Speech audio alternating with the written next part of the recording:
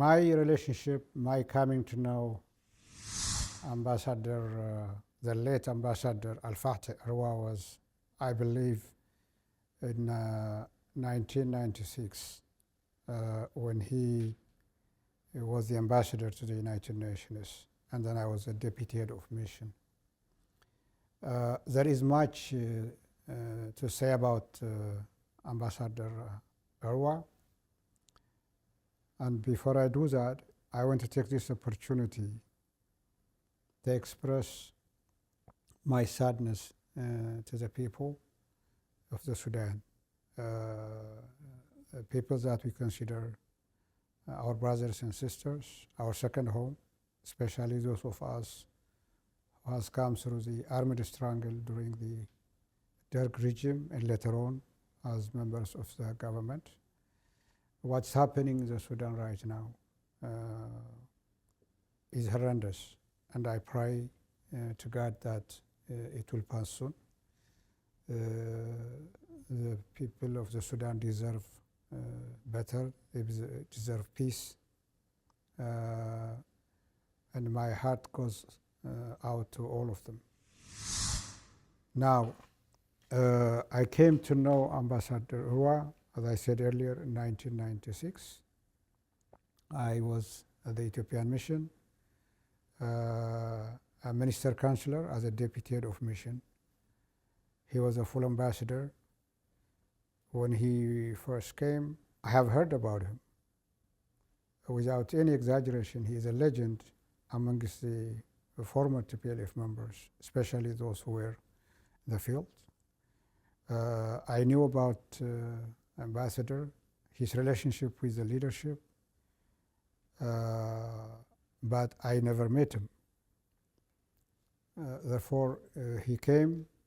I think before he came to the United States, he has been to Addis, spoke to my foreign minister, and he just approached me as if he has known me before. I said, are you Fasaha? Yes. I am Al-Fatih. And no, it can't be. You're the famous Ambassador Al-Fatih Arwa, Ambassador Arwa. He said, forget about this ambassador, and Arwa, call me like all your colleagues and your brothers call me. And my name is Al-Fatih. Of course, when we are in an official setting, you can call me whatever, That was my first impression. A person who is much more senior to me at that time, both in stature and in age, is talking to a junior diplomat as if we are equals. And the rest is history. We have worked together since then, and that is my first memory of coming to know him in person. As I said, I have heard about him a lot, but in person, that's the first time I met him at the UN Delegates Lounge.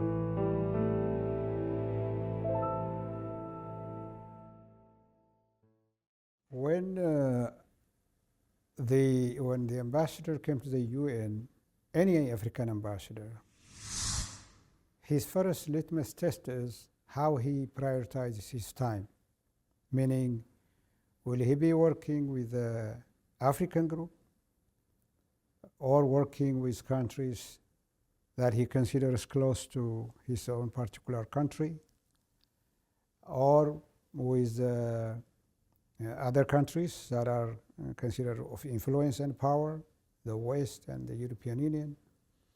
So the African ambassadors will welcome their colleague, and the first thing they will observe is how is going to consider the group. And I was a deputy for many years there, close to 11, 12 years, and I knew this. But I didn't have the guts to confide with him to make sure that he takes the African group as a priority. In hindsight, I think I should have, but there was no need for that.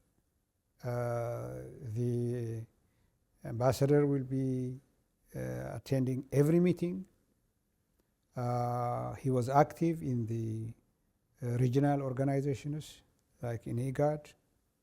He was active in the different committees that cater to the African group.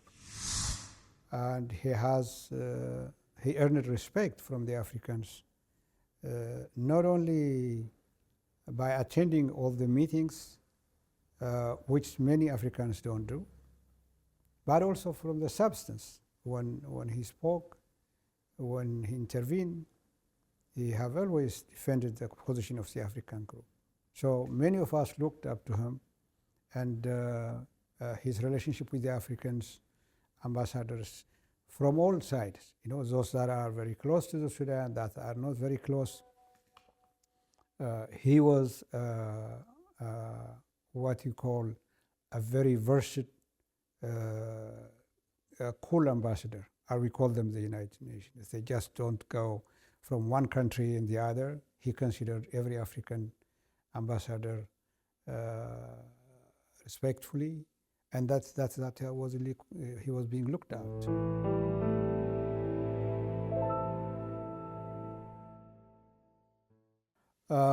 Personal experiences, personal memories of the ambassador is something that I really could not limit to one or two, but I learned a lot from him. One of the things that I learned was if two countries are really as close as the Sudan and Ethiopia, geographically, historically, and what have you, if there were crises from time to time, that you have to look beyond that crisis, and that these countries were ought to come back to where they should be. I will explain this in practical terms. I have worked with the ambassador for some time, and then at that time we have a crisis between Ethiopia and the Sudan. I was in fact at the African Union Summit in Addis. I went from New York as a member of a delegation when there was an assassination attempt on the late President of Egypt, Hosni Mubarak. I have to come back to New York. I was given instructions to take the issue to the General Assembly, to the Security Council. In fact, my ambassador at that time was doing other things in Ethiopia. I was almost chargé d'affaires when the issue was on the agenda. And of course, the country that is directly affected was also working with us, which is Egypt.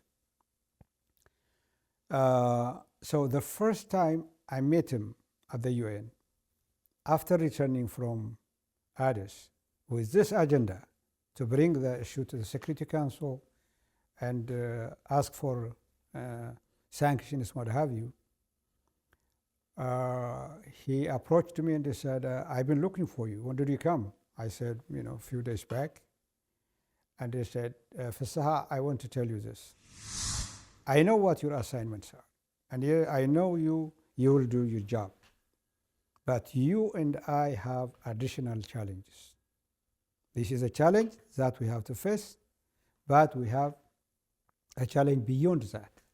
I said, what challenge is there? The usual things. Your country did this, and in my capital, and imagine if the president was killed. And he said, I'm not going to discuss it right now. You do what you have to do, but you and I are also going to, in fact, he used the word conspire to bring back the relationship between Ethiopia and the Sudan back to what it was.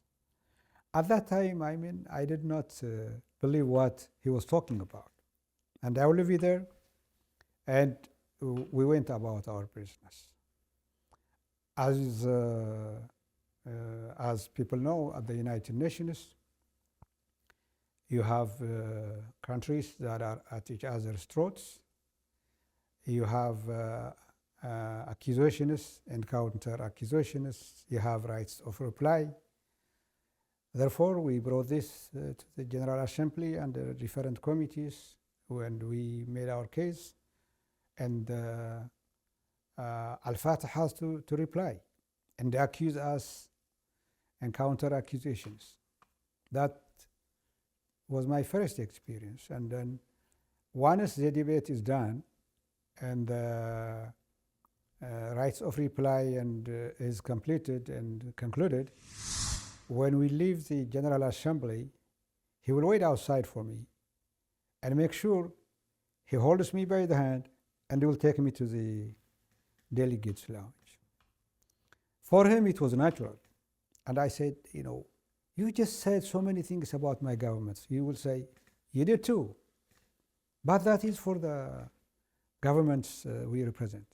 You and I have to talk, and we will prevail on this issue. Again, we have to conspire our own government. I said, I will not conspire against my government. Well, you will understand. But at least for now, people will look at us, and this is what's happening between our countries, but we are also brothers from neighboring countries. And he gave me an example of other diplomats at the UN, which I have always observed for a long time.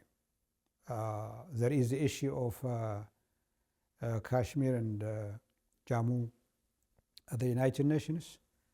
Every year, the Indian and the Pakistani diplomats will get at each other's accusations, and yet they call each other cousins. They go to the cafeteria together.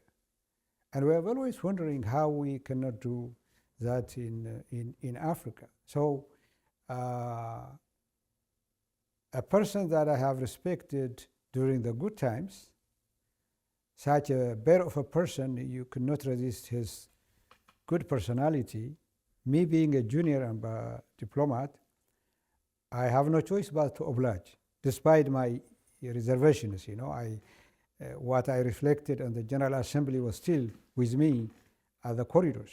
Being the young diplomat was mad at this country that I respected, but they did this to us. So these are lasting lessons and lasting, memories that I got from the late ambassador. And that is exactly what happened. We went through a process, and the ambassador and myself took the resolution, the request to the Security Council. Sudan was under sanction, and then Ethiopia asked for the sanction to be lifted. And ambassador told me, I told you so. He told later on his own president and my prime minister that we both were conspiring for this. And without going to the details at that time, we did work hard for our governments to reconcile, and I did my share, but it is because he was a guide at that time. As I said, I was much more younger than him, less experienced than him. I was not sure if he was telling me was genuine, if they were going to work for both of us. And then at the end, I have the highest respect for that kind of thing. And I think it even lasted me when we face other crises with other countries and delegates, that it was not personal.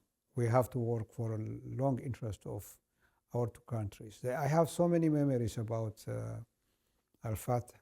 The Sudanese diplomats at that time were not allowed to leave New York. They have a 40 kilometers radius.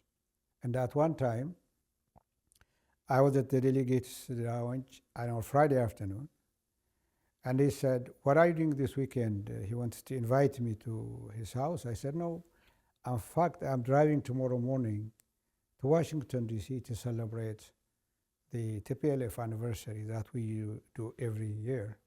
I said, can I come with you? He said, no, Ambassador, you cannot leave this town. No, it's my car, not me. So the next day, he has his traditional jalabia, and I drove him to Washington. Seeing as we were late, we didn't even have time to rest anywhere. We went directly to this celebration of the Tigrayan Ethiopian community. A crowd that looked at him and they said, who this person is? And later on, when they knew he was the Sudanese ambassador, as many know, many of the Tigrayans, if not over 50%, must have come via Sudan. So Sudan is their second country. They know the music. A lady started singing the famous Ethiopian, the Sudanese songs. Everybody was on stage, and Ambassador Arwa went up the stage, even though he was supposed to be not in Washington. The whole crowd erupted. People were even emotional, they were crying. That is what one of the things that I remember. To this day, many in the Tigray community speak about it. And when they heard he has passed away, that is what they told me. They have a memorial for him. They remembered him. Therefore, we have so many experiences. Even after both of us left the UN, we met in Addis and other places to compare notes. He was a good person, a person that I looked up to, and also I can say I earned his friendship because he allowed it.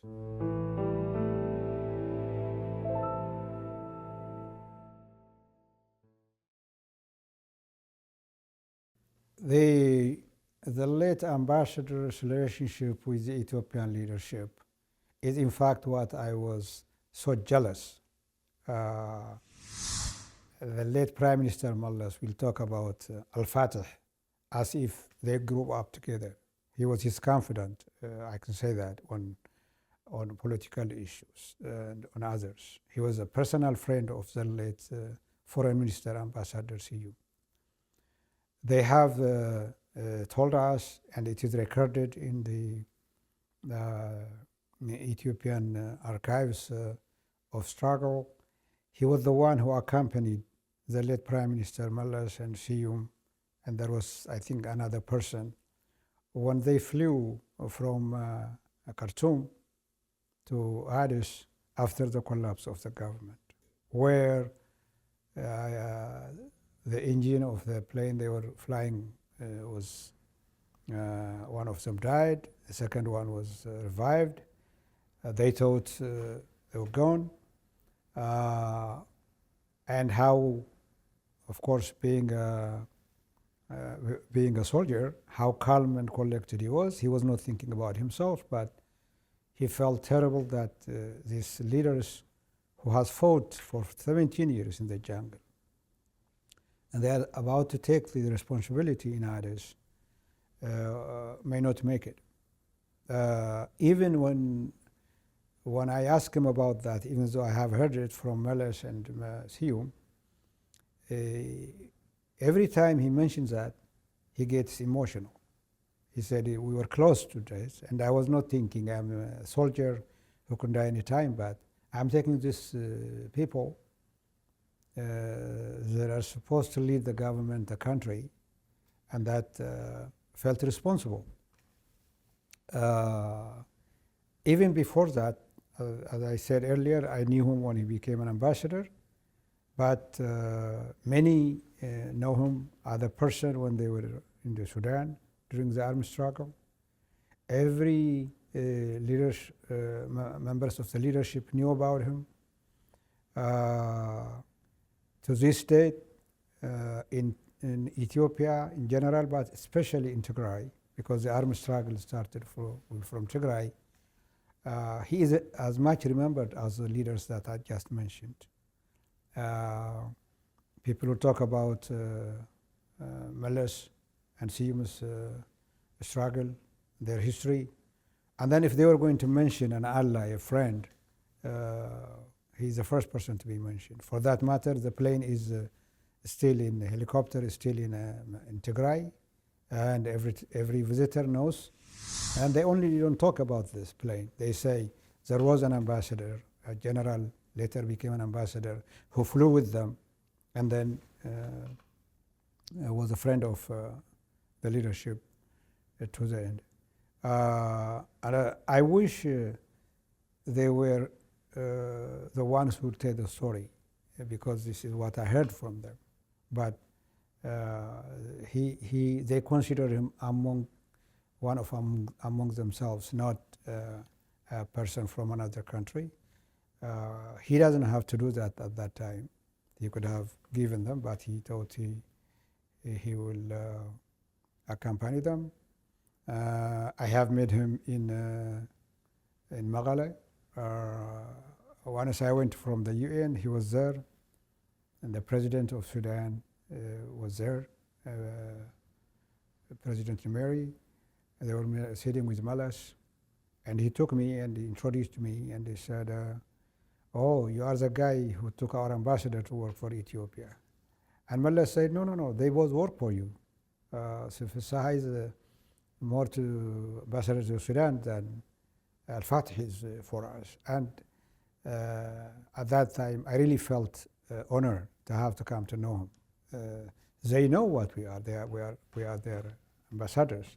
But what they have understood that time was, they have come to know both of us have worked very hard for our two countries to get back to work there. There were other third parties who didn't want that time. They wanted the situation to deteriorate, but therefore, and by the way, he's a person also who speaks his mind.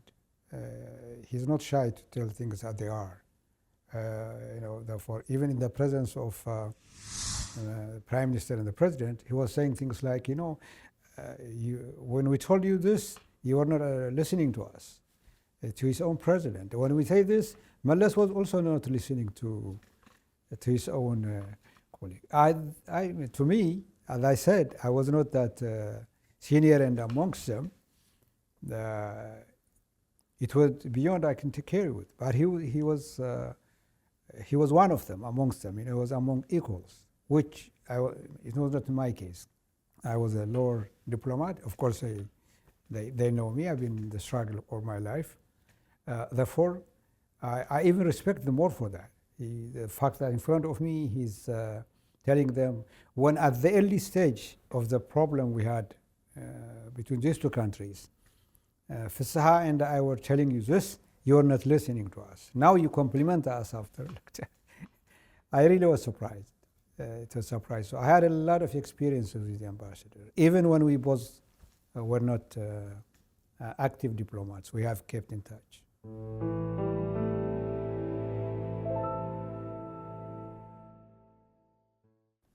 Al-Fatih, though he started knowing the Ethiopian politics by knowing the TPLF and its leadership, later on, when you have a government at a national level, I was really surprised that his network went beyond the TPLF leadership. As you know, the government that Meles led was kind of coalition. We have 4 different organizations that represent 4 different regions in the country, 4 different ethnic, what you call them, nations and nationalities. And his relationship for a long time was with the TPLF leadership. One is we have the government, and it was a collective leadership. People start telling me there is this the Sudanese ambassador who is working with us, because they wouldn't know I would know him before the struggle. So his relationship was extensive. And that's why his vision was for Sudan and Ethiopia as two countries. He, some friends of a struggle will limit their relationship with that particular leadership or with that particular organization. But Ambassador Al-Fatih he has a very broad scope about Ethiopia. He understood the strategic relationship between Sudan and Ethiopia cannot be limited to one particular organization. Therefore, in a very short period of time, many in the government didn't even know he has prior relationship with the TPLF during the armed struggle, unless we came to tell them about it one way or the other. They thought this was a Sudanese diplomat, a Sudanese high official who was looking for a good relationship between Ethiopia and Sudan. That is what makes him exceptional. There are other countries or other people who will know a particular political organization or front, and that's it. Or they don't deal with the others, but not Al-Fatih. He has a very extensive relationship, and his vision was not limited to a particular region like Tigray, just because he knew Meles and company. His outlook was one or the other. You can agree or disagree with him about Ethiopia and Ethiopians at large.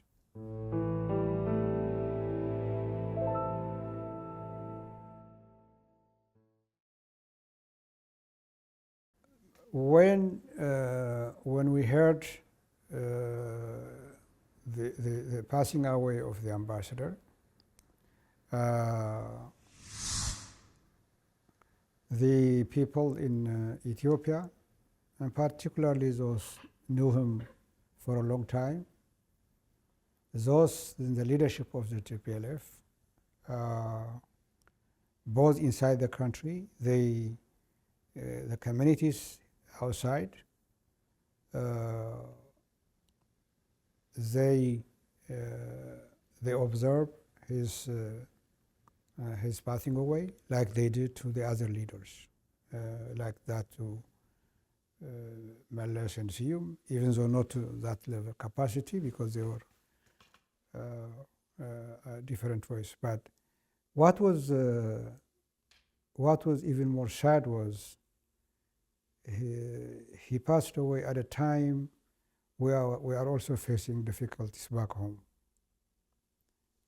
Imagine, one can imagine if Arwa has passed away when Meles and Siyum were in power. That would have been a different kind of situation. So what we did is we celebrated his life and expressed our farewell in the way we came. We have arranged Zoom meetings among ourselves, especially those that knew about him, by inviting others.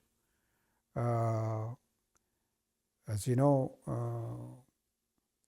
we sent delegations to Sudan, to Egypt, where we have to observe some of his relations. We sent our goodwill to his family. But I must say, it is not enough, because we are not in a position to do that. We are in a country that is at serious crisis itself. It's not even honoring its own people, let alone honor its friends from the neighboring countries. But we do not have a government acknowledgement, for example, of his passing away. Because that is a person who deserves much more recognition. If we have that kind of leadership when I used to work for the government. But we did, in a small ways, express our sadness to lose a friend of people, of Ethiopians, to not ally to our long-standing struggle to get rid of a brutal military dictatorship in Ethiopia. But more than anything else, this bear of a person who makes you feel comfortable while working with him, even when the subject discussed is, as you know, sometimes challenging because you present countries. But he has that personality. One of the kind of good times that I had with him was after he left the government, I met him in Addis a few times. Therefore, we spoke as individuals. We have, in fact, that planned even to go to some joint endeavors. But I had a few years to go in the diplomacy, and of course, it didn't work out. But those of us who knew him directly, and those who knew him, who know about him, we miss him a whole lot. He was a brother, first-class diplomat, and also a very decent human being. Very decent, very decent person who, as I said, who makes you feel comfortable even when the subjects are difficult. Politics is, as you know, very difficult subject matter.